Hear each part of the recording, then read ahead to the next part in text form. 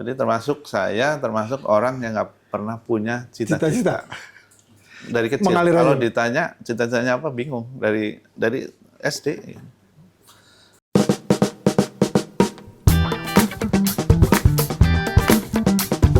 Assalamualaikum warahmatullahi wabarakatuh. Jumpa lagi bersama saya, Lucky Octaviano, manajer video Warta Kota.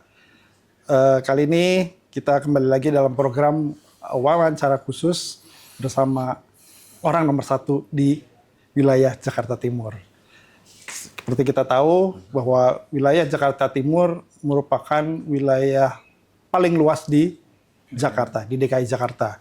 Luasnya mencapai kurang lebih 188,03 km persegi. Yang menyumbang itu kira-kira 27 sekian persen dari seluruh wilayah Jakarta. Artinya Jakarta Timur yaitu wilayah paling luas di DKI Jakarta. Nah, baru-baru ini terjadi pergantian pimpinan di orang nomor 1 di wilayah Jakarta Timur. Pak Gubernur Pramono Anung melantik Bapak Munjirin yang tadinya di wilayah Jakarta Selatan menjadi wali kota di Jakarta Timur. Nah, seperti apa wilayah Jakarta Timur sekarang? Apakah program-program yang akan dilaksanakan di Jakarta Timur di era Pak Munjirin? Sekarang saya sudah bersama Pak Munjirin, Wali Kota Jakarta Timur. Assalamualaikum, Pak. Waalaikumsalam, Bang Luki. Wah, sehat, Pak ya? Alhamdulillah. Alhamdulillah. Iya, Pak. Ini langsung aja, Pak ya. Ya. Bapak dilantik tanggal 7 Mei, Pak ya? 7 Mei 2025 Ya. sebagai Wali Kota Jakarta Timur. Nah, kami pengen tahu nih, Pak, apa sih, Pak, kesannya jadi dari bapaknya anak-anak selatan gitu, ke Jakarta Timur? Apa sih, Pak, beda yang paling signifikan antara selatan timur? Ya mungkin Bapak baru 11,5 ya, Pak, tapi kira-kira mungkin Bapak udah coba keliling-keliling atau apa gimana? Silakan, Pak. Baik. Jadi antara Jakarta Selatan dan Jakarta Timur, tentunya kalau lihat dari tupoksi pasti seorang wali kota tugasnya sama. Namun selama saya ditugaskan sejak tanggal 7 Mei sampai dengan sekarang berarti sudah 1 bulan, 10 hari ya. 10 hari ya. 10 hari. Saya sudah berusaha untuk masuk ke semua area dan semua kecamatan yang ada. Tokoh masyarakat juga sudah kita sambangin, hampir sebagian besar sudah semuanya. Ya, akhirnya tergambar dan terpotret bahwa antara Jakarta Selatan dan Jakarta Timur tentunya yang persamaannya sih jelas 10 kecamatan sama. 10 kecamatan. 65 kelurahan sama. Sama. Iya. Karakteristik masyarakatnya ini yang mungkin agak berbeda. Dari jumlahnya saja sudah ketahuan. Di Jakarta Selatan itu cuma 2,3 juta. 2,3 juta. Kalau di Jakarta Timur dibalik 3,2 juta. Ini tentunya dengan banyaknya masyarakat yang ada di Jakarta Timur sudah tentu pasti permasalahannya juga akan berbeda juga. Dan masing-masing kecamatan juga karakteristiknya setelah kita amatin adalah juga sangat berbeda.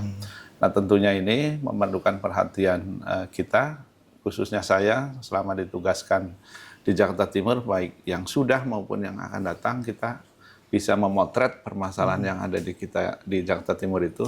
Penyelesaiannya juga tentunya pendekatannya akan berbeda-beda, baik dari permasalahan apapun, dari sosialnya, dari kesehatannya, kemudian dari remajanya, kemudian dari organisasi kemasyarakatnya, dan lain sebagainya. Ini tentunya ada yang sama dengan Jakarta Selatan, ada juga yang tidak. Ya contohnya umpamanya masalah banjir, Jakarta Selatan kan banjir juga, Jakarta Timur juga banjir juga. Cuma melihat aliran sungai yang lewat sini aja kan dari 13 aliran sungai kita 7 aliran di Jakarta Timur ini. Ini tentunya juga lebih banyak. Cuma alhamdulillah kan kita sudah ada BKT. Jadi tinggal Ciliwung mungkin yang belum selesai. Oh, yang Sodetan itu, Pak ya? Sodetan sudah. Sodetan maksudnya juga? Pinggiran Ciliwung. Oh ya, pinggiran Ciliwung ya. Oke. Iya, Pak. Oke. Kalau dari sisi ya karakteristiknya tentu beda, Pak ya. Kalau soal pendatang kayak gitu lebih banyak mana Pak? Ya kalau soal pendatang saya yakin banyakkan Jakarta Timur. Jakarta Timur. Iya, karena Jakarta Timur kan gardu terdepan dari arah Jawa ya. Oh iya, Untuk masuk ke Jakarta dari timur, pasti Pak, ya, ngelewatin Jakarta Timur dulu. Nah ini banyak yang bertempat tinggal hijrah di apa namanya? Maksudnya bukan hijrah, dia sebelum ini ke dulu tengah, ya, masuk tinggal ke dulu timur, pasti ya, di Jakarta timur. Timur. Iya. Nah ini yang membedakan dengan wilayah Jakarta yang lainnya. Mungkin kalau selatan kan lebih diapit dia ya. Kalau barat mungkin datang dari Lampung, Sumatera dan sebagainya. Tapi kalau dari sini sudah yakin paling banyak mampirnya di Jakarta Timur. Gitu. Sekilas kompleksitas masalahnya lebih banyak mana Pak? Artinya lebih berat timur atau selatan? Tentunya permasalahan juga berbeda. Kalau di sana beda ya. Nah, kalau di sini kan banyaknya adalah hunian ya. Dan banyaknya adalah hunian untuk rumah tinggal itu sendiri. Walaupun ada beberapa spot wilayah yang memang zonasinya juga sudah berubah dan bisa untuk berusaha gitu. Dan untuk beraktivitas kegiatan berdagang dan sebagainya. Iya Pak. Kan tadi Pak Wali udah memetakan dan segala macam. Nah, kira-kira program apa aja Pak yang kurang lebih akan dilaksanakan di Jakarta Timur ini? Ya, tentunya kita sudah memetakan beberapa permasalahan yang mungkin dalam waktu dekat akan kita laksanakan. Sebagai contoh saja, umpamanya masalah quick win atau janji Pak Gubernur yang merupakan 40 janji itu kan nomor 34 salah satunya adalah gerakan masyarakat mempunyai APAR. Jadi Jakarta Timur itu kan sebagai salah satu daerah yang memang rawan kebakaran juga karena lokasinya adalah pemukiman. Betul. Nah kalau ini gerakan masyarakat punya APAR, kita laksanakan dengan baik, masing-masing rumah mempunyai APAR sendiri, ini kan ada nanti untuk meminimalisir bahaya kebakaran. Kalau terjadi di rumahnya percikan api sedikit, dia punya APAR, pasti kita akan bunuh itu api kan. Nah, tapi kalau belum punya APAR, ini yang akan cepat menyebar kemana-mana. Nah, ini salah satu gerakan masyarakat punya APAR. Nah, kita dalam hal ini sudah menginstruksikan kepada seluruh ASN dulu. ASN yang ada di Jakarta Timur untuk mempelopori bahwa dia harus punya gerakan APAR di rumah. Satu rumah, satu APAR? Satu rumah, satu APAR. Nanti kita baru bersama-sama mengajak masyarakat semuanya untuk masing-masing mempunyai. Ini adalah gerakan dari program dari Pak Gubernur yang mau kita push untuk berjalan di Jakarta Timur. Karena ini untuk kebaikan kita semuanya. Lebih baik kalau orang kesehatan bilang kan mengobati daripada lebih baik mencegah daripada mengobati. Istilahnya begitu.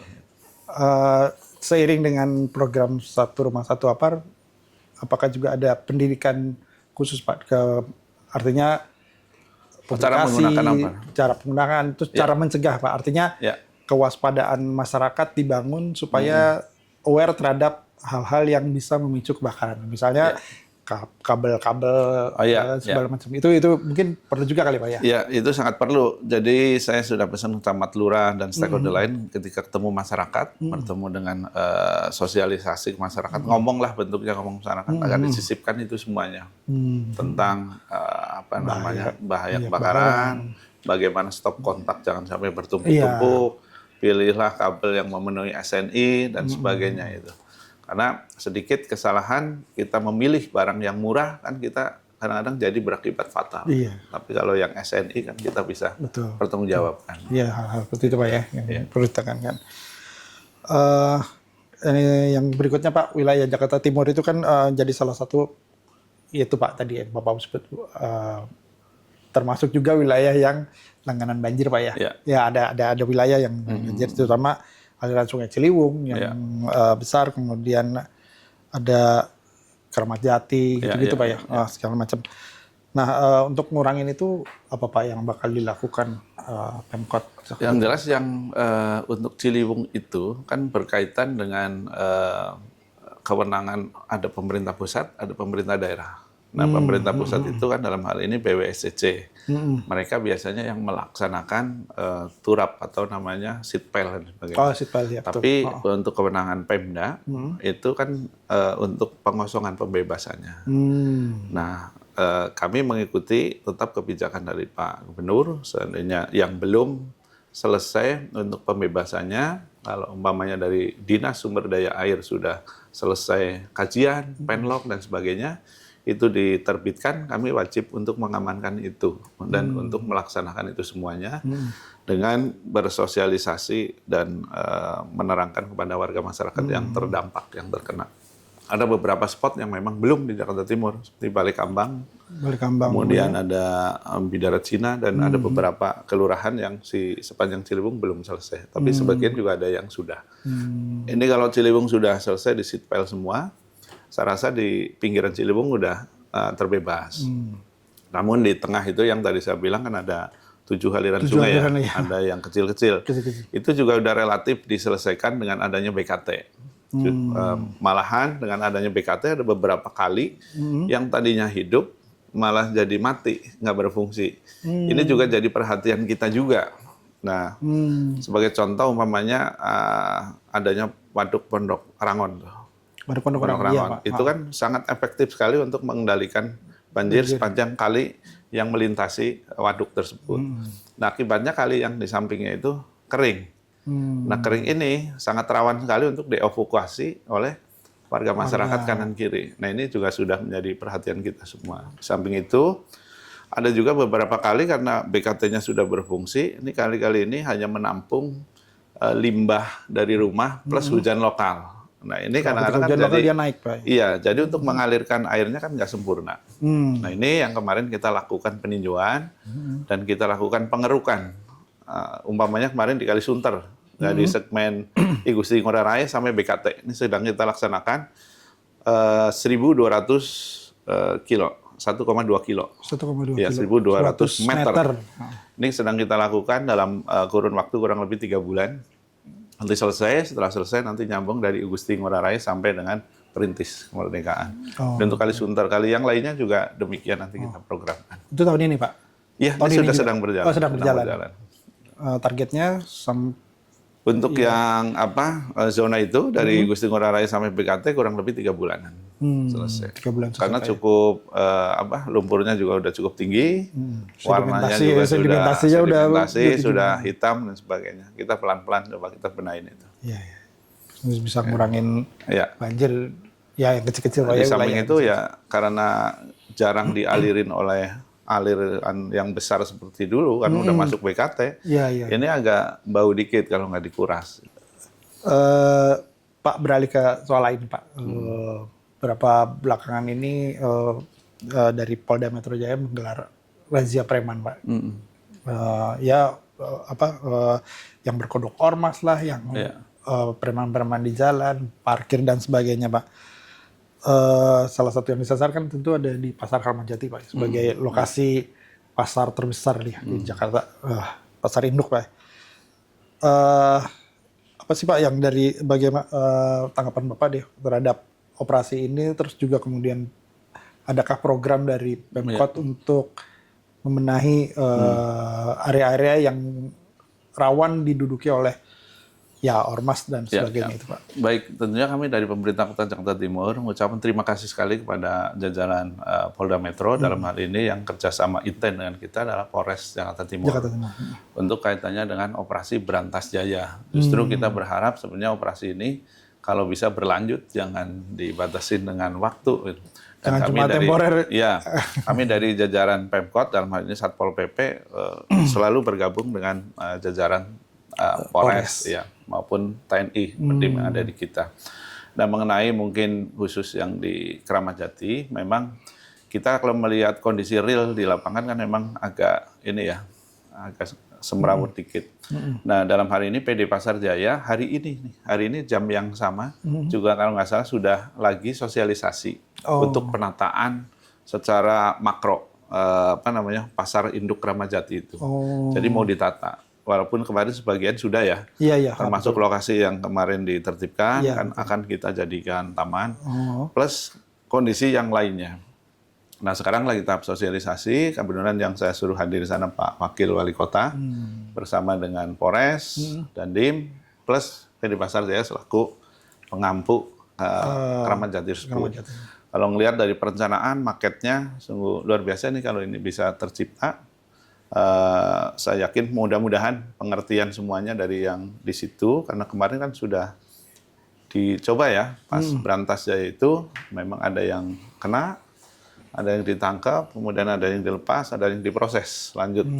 Nah ini mudah-mudahan jadi pembelajaran penting bagi mereka bahwa niat dari pemerintah untuk membenahi ini semua ya, dan memuliakan atau mengurusi semua masyarakat yang beraktivitas di Pasar Induk Kramat Jati. Iya. Ada ini sendiri nggak sih apa keterlibatan Pemkot Jakarta Timur untuk membenahi Pasar Induk Kramat Jati yang biar kelihatan lebih modern atau apa gitu, kayak gitu ada sih? Ya kemarin dari PD Pasar Jaya kan sudah kesini dan sudah paparan mengenai lokasi spot-spot ini kaki limanya mau diapain, ini mau diapain dan sebagainya. Tentunya kami sudah arahkan semuanya dari kami. Justru kita malah minta kalau bisa kan pas mau masuk pintu Kramat Jati di pinggiran jalan masih ada pedagang yang ini ya. Dan itu kalau bisa dia diakomodir. Masuk dalam, didorong supaya ke dalam lebih. Mudah-mudahan kiosnya yang baru itu bisa cukup gitu. Jadi nanti akan lebih tertata lagi. Lebih tertib banyak yang masukan kita sampaikan sih kepada mereka. Humanis kalau bisa mereka kan yang jelas yang bikin mereka itu kan masalah perut. Nah, kalau bisa mereka juga diakomodir sehingga dapurnya juga tetap ngebul, lalu tetap bekerja sehingga gangguan gesekan masalah keamanan juga akan berkurang di situ. Iya, betul Pak. Ya. Kalau pasarnya bagus, bersih, tidak bau, nggak berantakan juga enak juga kan Pak. Bisa jadi spot wisata yang bisa dijual Pak. Iya. Pak terkait apa namanya?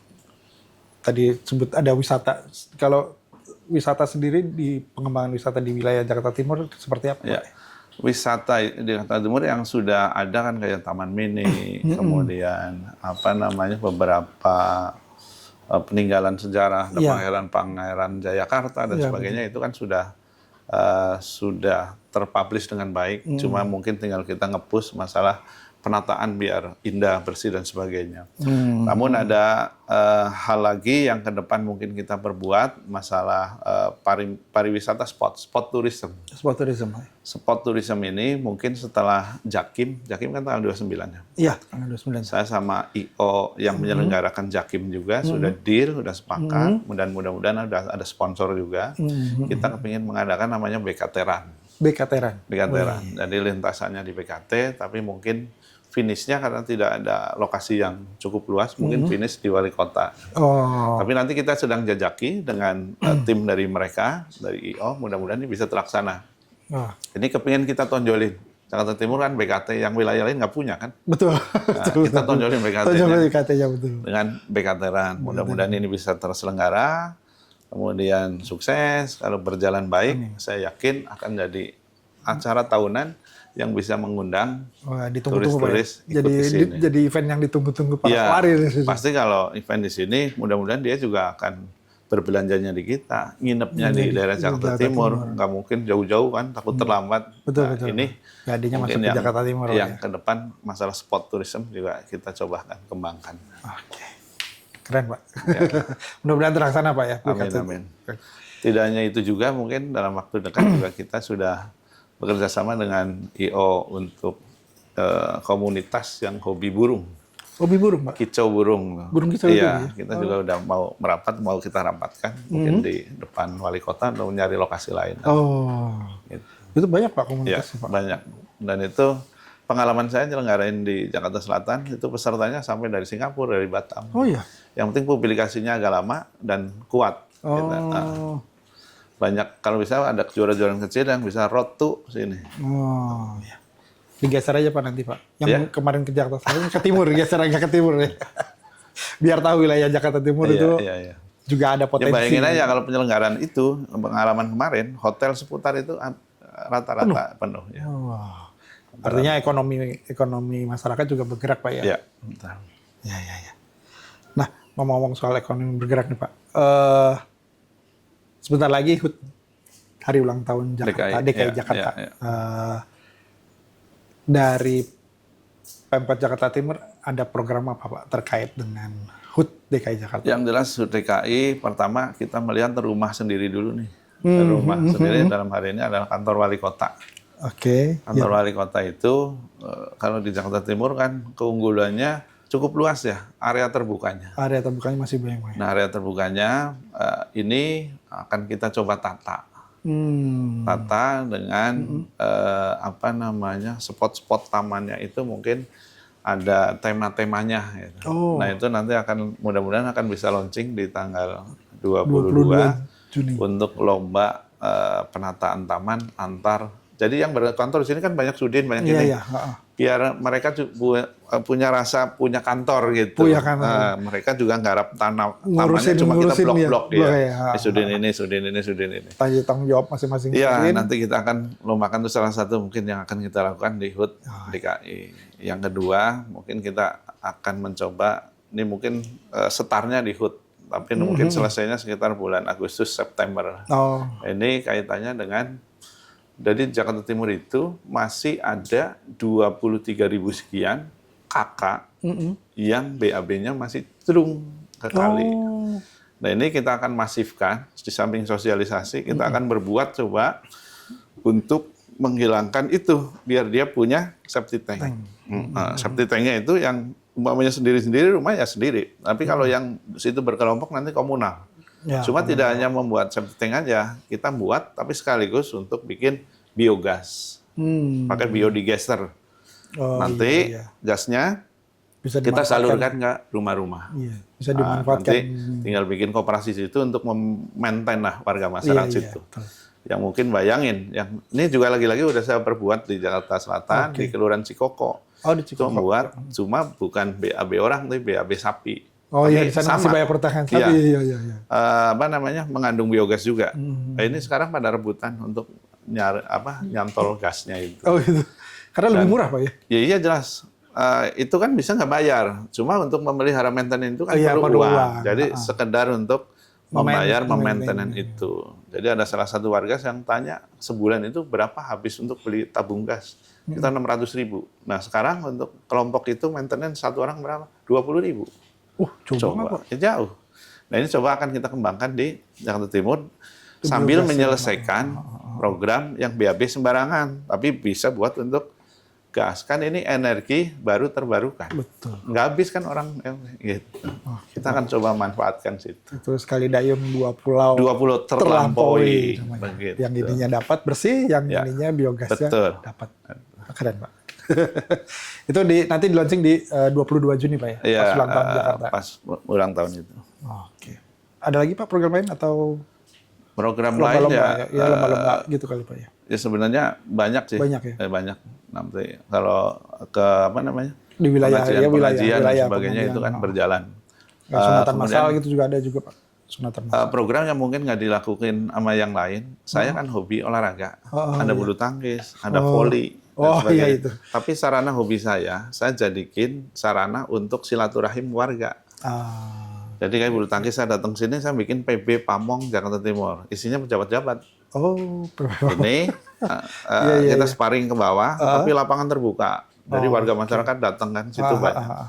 Dan di situ kita bisa ngobrol sama masyarakat bebas. Dia juga merasa nggak ada jarak dengan kita. Betul.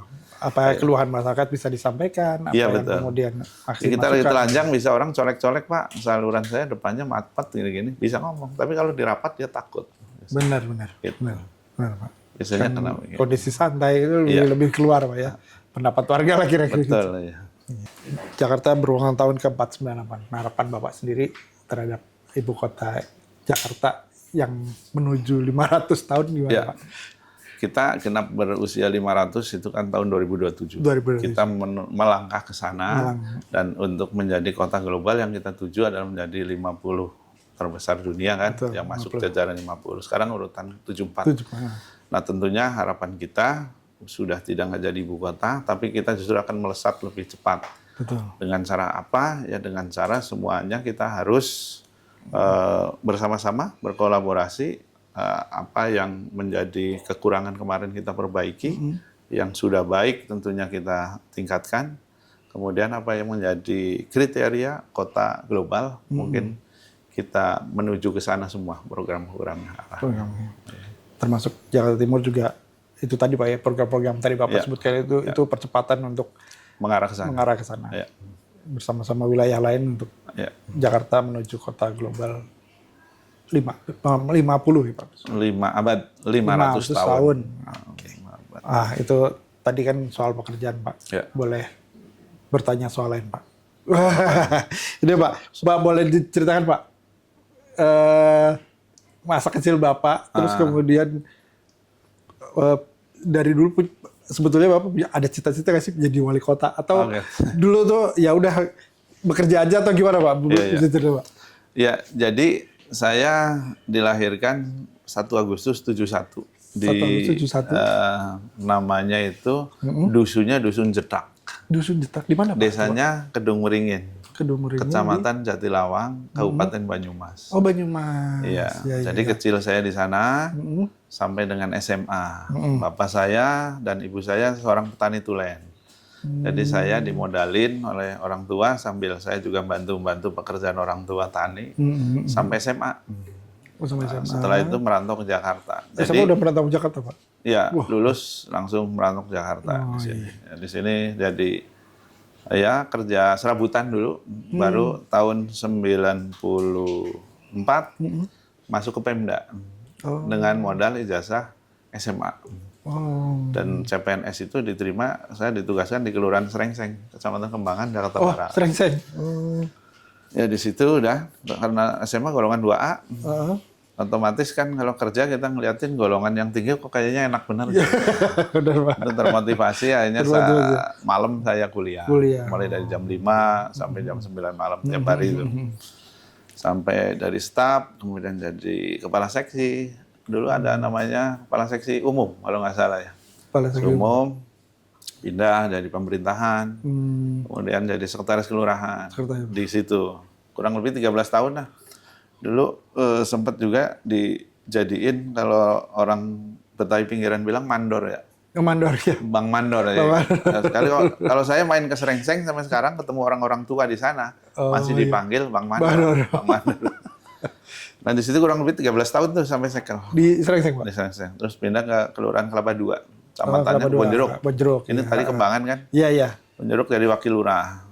Wakil lurah di situ kurang lebih setahun 3 bulan apa setahun 2 bulan. Kemudian jadi lurah di Tambora, Tanah Sereal. Lembar Tambora. Tempat terpadat se-Asia Tenggara ya sama Johar Betul.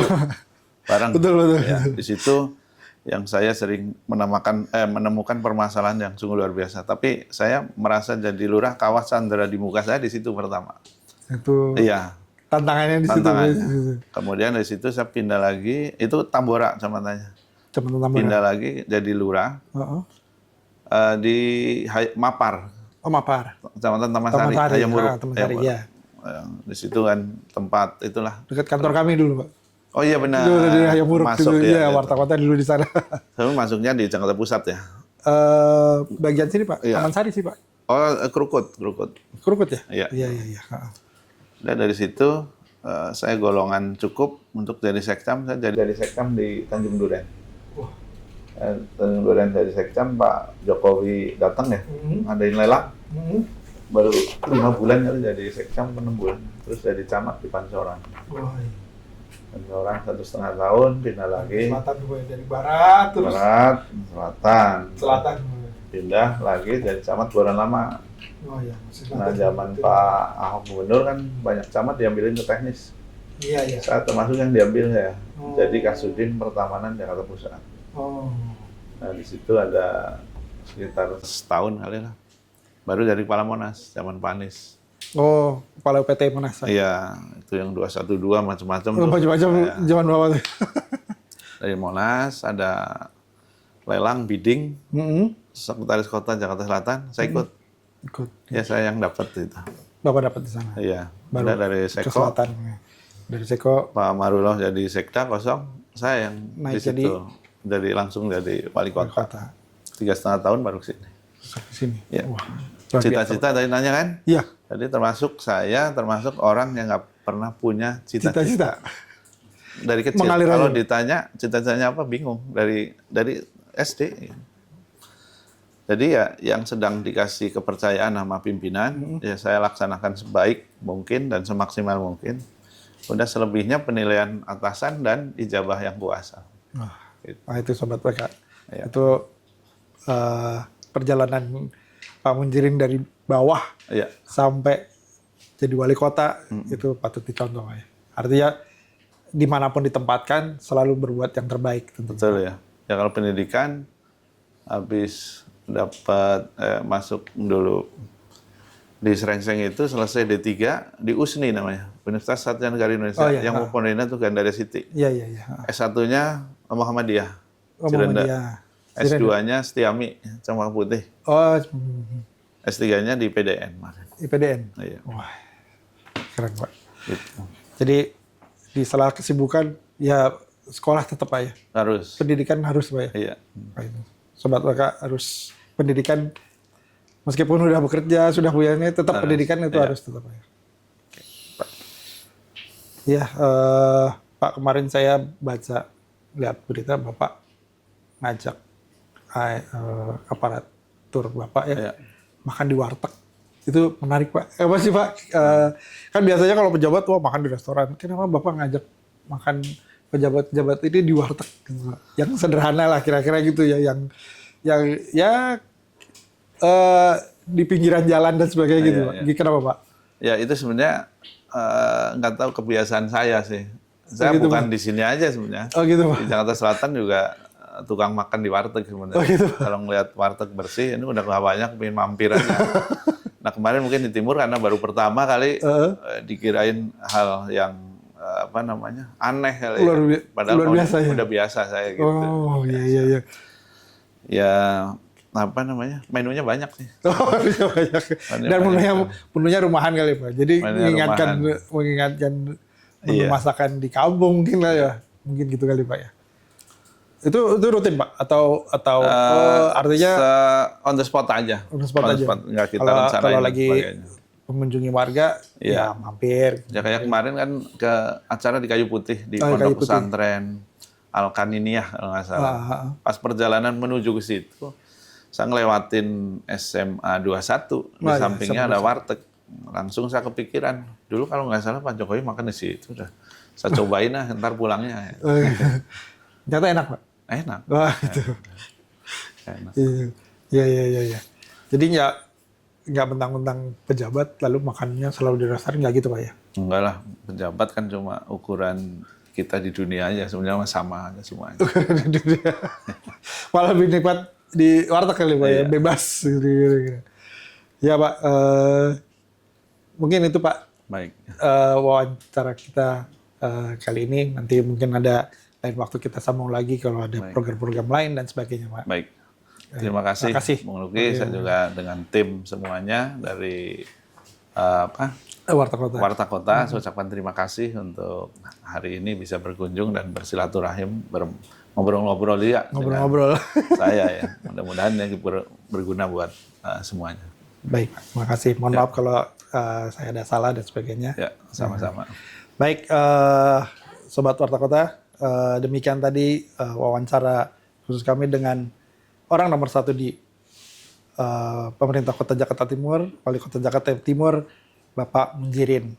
Berjumpa lagi nanti dengan saya di program-program yang lainnya. Ikuti terus kanal kami di Warta Kota Production. Terima kasih. Sampai jumpa. Assalamualaikum warahmatullahi wabarakatuh. Terima kasih Pak. Terima kasih. Jangan lupa subscribe ya.